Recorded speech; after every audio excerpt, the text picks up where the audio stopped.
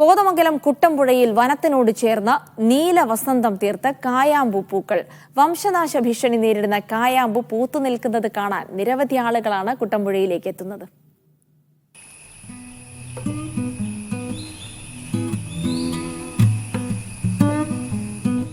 കുട്ടമ്പുഴ പഞ്ചായത്തിലെ ക്നാച്ചേരി ക്ഷേത്രത്തിനും പായസപ്പാറയ്ക്കും സമീപമാണ് നീലവസന്തം തീർത്ത് കായാമ്പു പൂത്തു നിൽക്കുന്നത്.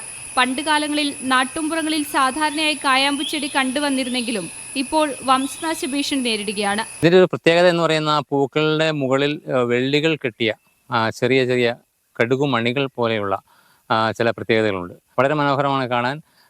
പ്രകൃതിദത്തമായി ഒരുക്കിയ ഈ പ്രത്യേക സവിശേഷത കാണാൻ ഒട്ടേറെ ആളുകൾ ഇവിടെ എത്തിച്ചേരുന്നു എന്നതാണ് ഏറ്റവും വലിയ പ്രത്യേകത. ധാരാളം ഔഷധ ഗുണമുള്ള കായാമ്പൂ വർഷത്തിലൊരിക്കൽ മാത്രമാണ് പൂവിടുക. കടും നീല നിറത്തിലുള്ള പൂക്കൾ ആരെയും ആകർഷിക്കും. പ്രകൃതി ഒരുക്കിയ നീലവസന്തം കാണാൻ നിരവധി ആളുകളാണ് കുട്ടമ്പുഴയിലേക്ക് എത്തുന്നത്. മീഡിയ 1 കൊച്ചി.